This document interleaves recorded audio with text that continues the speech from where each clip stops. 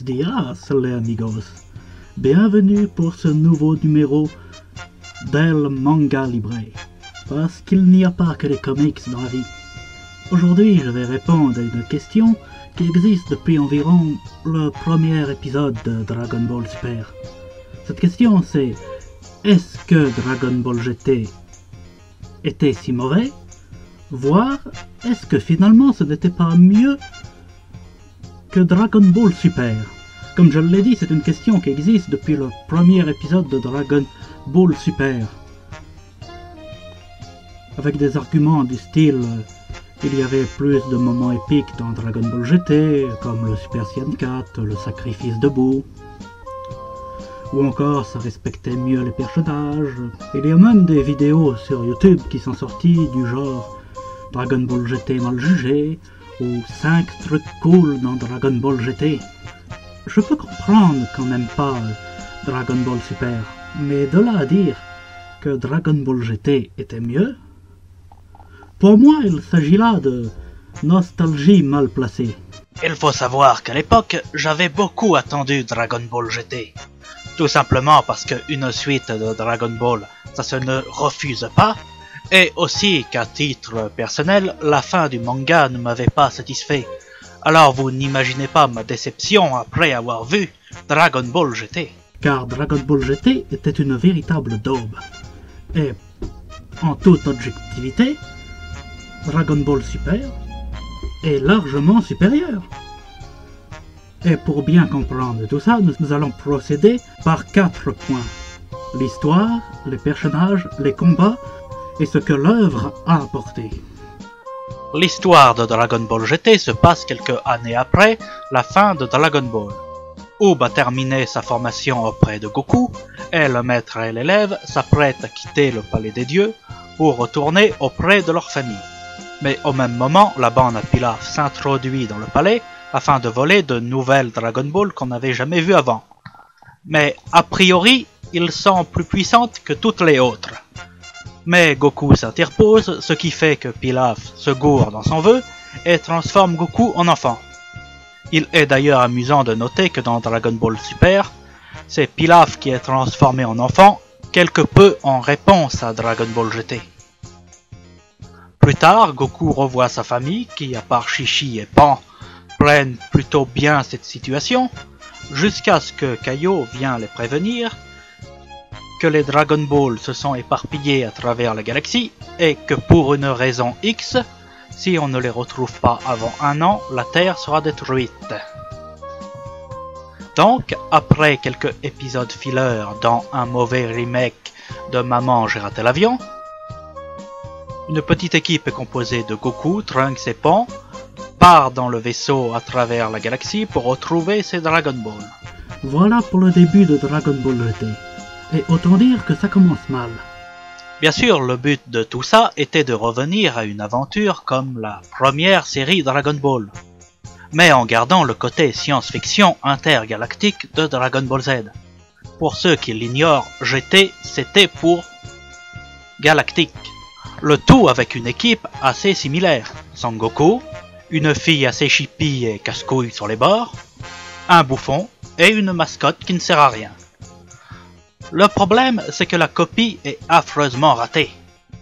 Car là où Dragon Ball était une vraie aventure pleine de rebondissements, Dragon Ball GT ne propose que de voir nos héros voyager de planète en planète à la recherche de Dragon Ball, en réglant les problèmes locaux.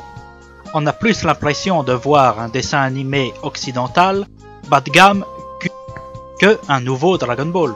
Et franchement, cette histoire ne tient déjà pas la route.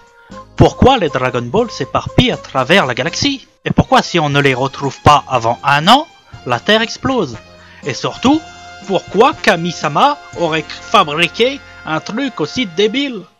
Et j'ai aussi du mal à croire en cette équipe. Je veux dire, Pan et Goku encore, je veux bien, car il s'agit du grand-père et de la petite fille. Mais qu'est-ce que Trunks vient foutre là-dedans? Il n'était pas spécialement proche de lui quand il était gosse, et même le Mira Trunks n'était pas plus pote avec Goku que avec les autres. Si Oob ou même Vegeta seraient partis, là ça aurait été plus logique. il n'y a rien qui lie ces personnages.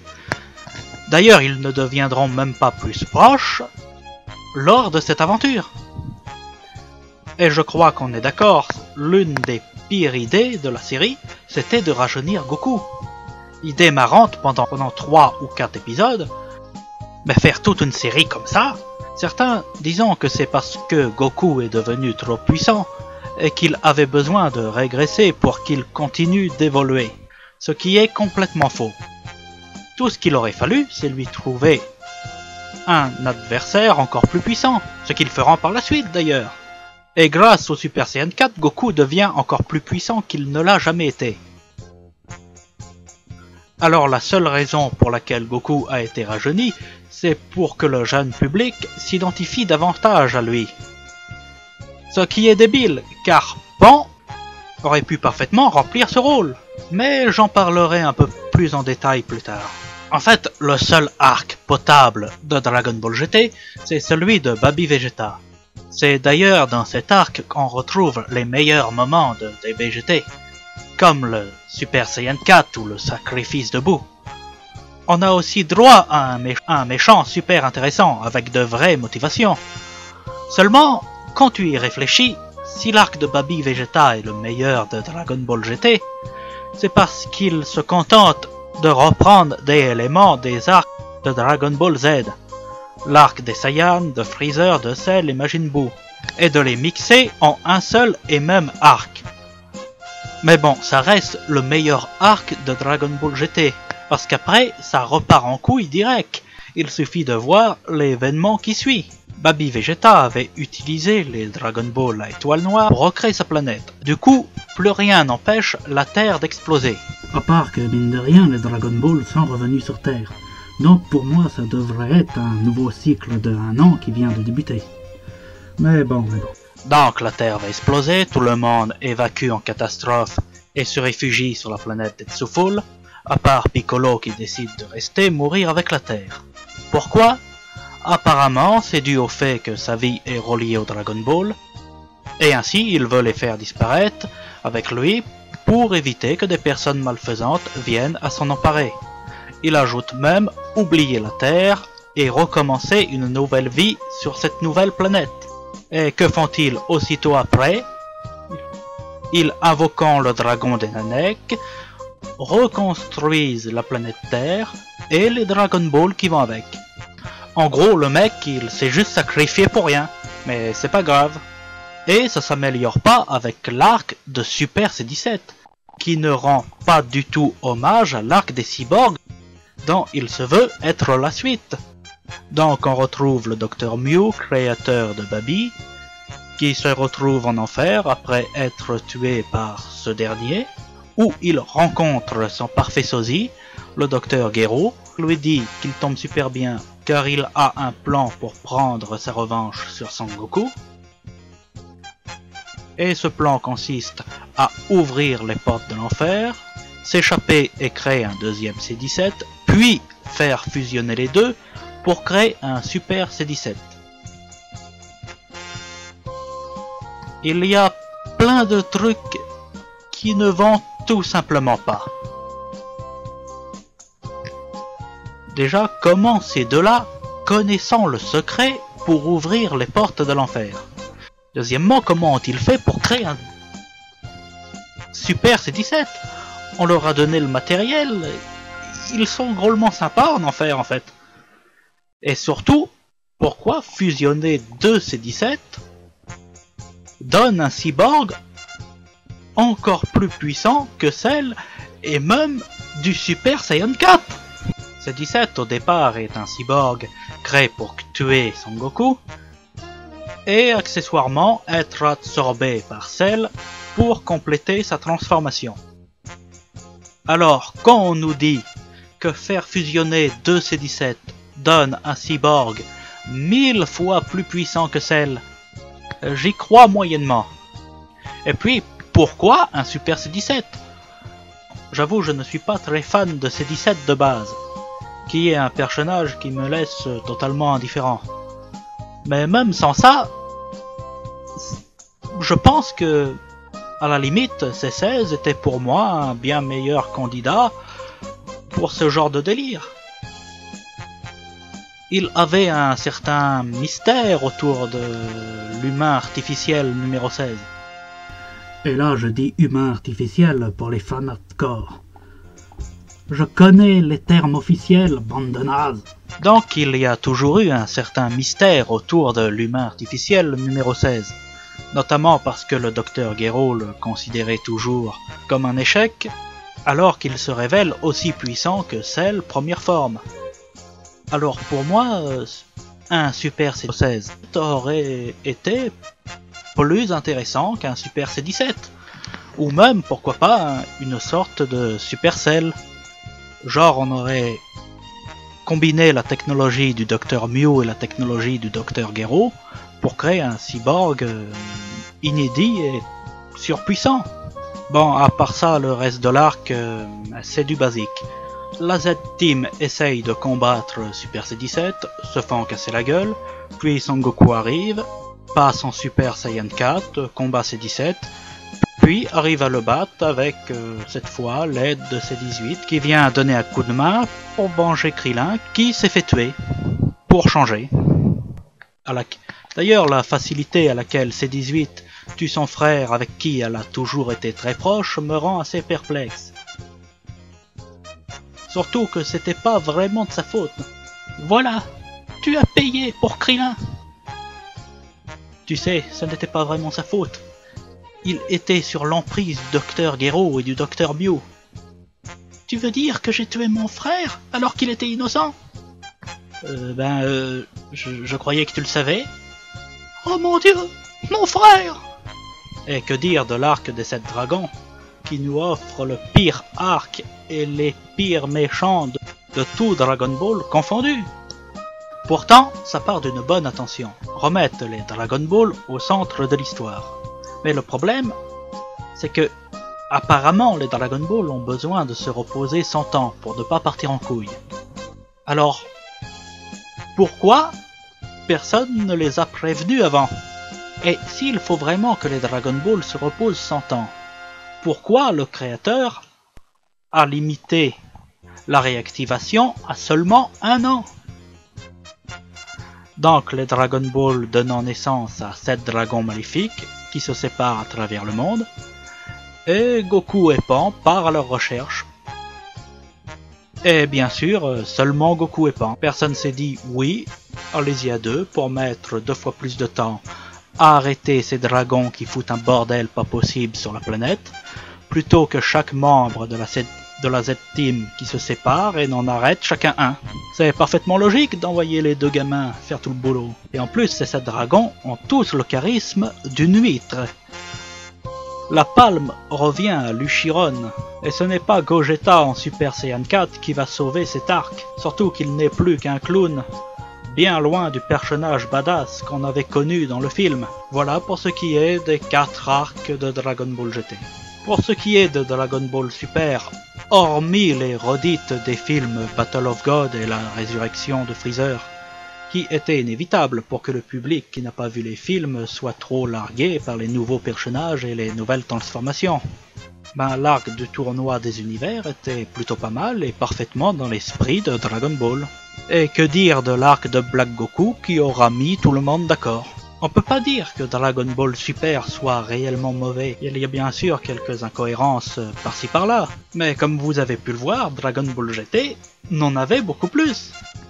Après, ce qui dérange vraiment les gens, c'est le traitement des personnages. Et là, je les rejoins un peu, notamment pour Goku qui devient un attardé mental, mais le traitement des personnages n'est pas mieux dans Dragon Ball GT. Bon là je peux pas vraiment faire de comparaison car la plupart des personnages de Dragon Ball GT sont soit pas encore apparus, soit encore bébés dans Dragon Ball Super. Alors je vais en partie me référencer avec le dernier chapitre de Dragon Ball. Et on va commencer par Pan. Alors Pan, à la fin de Dragon Ball, était représenté comme une petite fille très proche de son grand-père, avec une vraie passion pour le combat. Une véritable Goku au féminin. Seulement d'une façon étrange, dans Dragon Ball GT, elle semble devenue une petite chippie gâtée, avec un caractère plus proche de Bulma, et manque constamment de respect à son grand-père. Bien sûr, il y a aussi le cas Trunks qui, dans Dragon Ball GT, est un énorme baltringue. Certains diront qu'il est normal qu'il ne soit pas comme son équivalent Mirai Trunks, car ils n'ont pas eu le même destin et la même vie. Seulement, je suis désolé. Ça reste malgré tout la même personne. D'ailleurs, le peu qu'on le voit dans le dernier chapitre de Dragon Ball, son attitude est plus proche de son alter ego du futur que du Boy Scout de Dragon Ball GT. Son Goten était devenu un ado plutôt cool dans le dernier chapitre de Dragon Ball. Et ben dans Dragon Ball GT, ils en ont fait un gros dragueur, toujours scotché à son portable. En plus, ces génies ont eu la bonne idée de lui donner un look similaire à son Gohan, ce qui fait qu'une fois en Super Saiyan, on ne sait plus qui est qui. Et en plus, ces salauds, ils nous ont trollé le Gotenks adulte. Ça, je m'en souviens. Pour ce qui est de Son Goku, dans Dragon Ball Super, il a été un peu trop infantilisé. On se souvient encore de la révélation comme quoi il n'aurait jamais embrassé Chi-Chi. Enfin bref, Son Goku semble régresser à l'époque du tout début de Dragon Ball quand il était encore qu'un enfant. Mais c'est aussi le cas dans Dragon Ball GT. Ça se voit moins car Goku est dans un corps d'enfant, mais Goku semble littéralement retomber en enfance, alors que c'est censé rester un adulte dans un corps d'enfant. Mais le personnage que les fans ont vraiment mal pris, c'est Vegeta, qui semble avoir mis sa fierté au placard. Dans Dragon Ball GT, il semble toujours posséder la fierté du prince des Saiyans. Et il veut toujours en découdre avec Son Goku. Ce qui est un peu bizarre, car à la fin de Dragon Ball, Vegeta finit par accepter que Goku est le numéro 1. Bon, au final, c'est pareil dans DBS, car sans cette rivalité, Vegeta ne peut plus évoluer. À part que dans Dragon Ball Super, Vegeta veut dépasser Goku en termes de puissance, mais ne veut plus spécialement se battre avec Goku. Là où dans DBGT, ça devient un peu puéril de voir cet homme de 44 ans s'acharner sur un gamin de 8 ans pour lui casser la gueule. Et que dire de son look? Bon, je vais pas parler de la période moustache qui n'aura au final duré qu'un épisode, mais mine de rien, le Vegeta de DBGT, il change de coupe de cheveux, il tente la moustache, il part faire du shopping avec sa fille, où des lourds croient qu'elle aime les vieux, et porte des vêtements en cuir. Sérieux, dans Dragon Ball GT, Vegeta est en pleine crise de la quarantaine. Je vous jure, j'avais peur qu'il finisse par tremper Bulma avec la jeune secrétaire de Capsule Corp. Pour Gohan, les gens se plaignent que le personnage est devenu un faible. Mais je vais vous dire, Gohan était exactement au même niveau dans Dragon Ball GT. Tout comme dans Dragon Ball Super, il a perdu sa forme mystique et peut tout juste se transformer en Super Saiyan. La seule raison pour laquelle il avait l'air d'être plus actif, c'est que les menaces touchaient directement la Terre. Exactement comme pour la résurrection de Freezer. Le seul avantage que je reconnais à ce Gohan, c'est qu'on le voit vraiment faire son métier. Parce que dans Dragon Ball Super, on a beau nous dire qu'il est chercheur, on ne le voit jamais bosser. Voilà, les personnages de Dragon Ball GT ne sont pas mieux que les personnages de Dragon Ball Super. Et ce ne sont sûrement pas les combats qui vont faire la différence. Car les combats de Dragon Ball GT étaient affreusement répétitifs et se résumaient à Kamehameha, puis Kamehameha encore plus gros.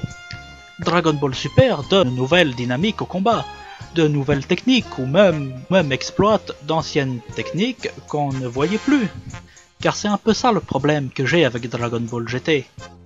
J'entends dire que c'était plus dans l'esprit de Dragon Ball Z. Mais j'ai envie de dire, ça l'était peut-être trop. Dragon Ball GT ne faisait que reprendre maladroitement des éléments de Dragon Ball et Dragon Ball Z, sans vraiment aller plus loin. Tout ce qu'a apporté Dragon Ball GT, c'est un nouveau dragon et des Super Saiyan 4. Dragon Ball Super n'a pas seulement apporté des Dragon Ball géantes et des Super Saiyan Blue. On en apprend plus sur le monde des dieux, la création des Dragon Ball, de l'univers. La série s'étend considérablement, se modernise à l'image des shonen actuels. Après, bien sûr, la série n'est pas parfaite, mais n'est certainement pas pire que Dragon Ball GT. Autre avantage et pas des moindres, c'est que contrairement à Dragon Ball GT, Dragon Ball Super n'est pas qu'une série télé, c'est également un manga papier. Manga papier qui possède aucun des défauts de la série animée. Scénarisé par Toriyama en personne et dessiné par Toyotaro, à qui on doit Dragon Ball AF. Et pour finir, j'aimerais rappeler que Dragon Ball GT n'a duré que 64 épisodes. Et au moment où je tourne cette vidéo, Dragon Ball Super vient tout juste d'arriver à l'épisode 64. Ce qui veut dire qu'avec le même nombre d'épisodes, Dragon Ball Super est déjà supérieur à Dragon Ball GT. Ou du moins, on est arrivé au même niveau. C'est un peu ce que je vous reproche à vous, tous les haters de Dragon Ball Super. C'est que vous jugez une série qui vient tout juste de commencer avec une série qui est terminée. Et qui s'est mal terminée, j'ai envie de dire. Exactement comme tu le fais avec Marvel et DC. À part que là, c'est du cinéma et pas une série télé. Dragon Ball Super ne fait que commencer et il peut encore s'améliorer. Bon, peut-être que par la suite, Dragon Ball Super va mal finir. Mais selon les dernières news qui indiquent qu'à partir de maintenant, le manga va prendre l'avantage sur la série animée, je ne vois pas pourquoi ça tournerait mal.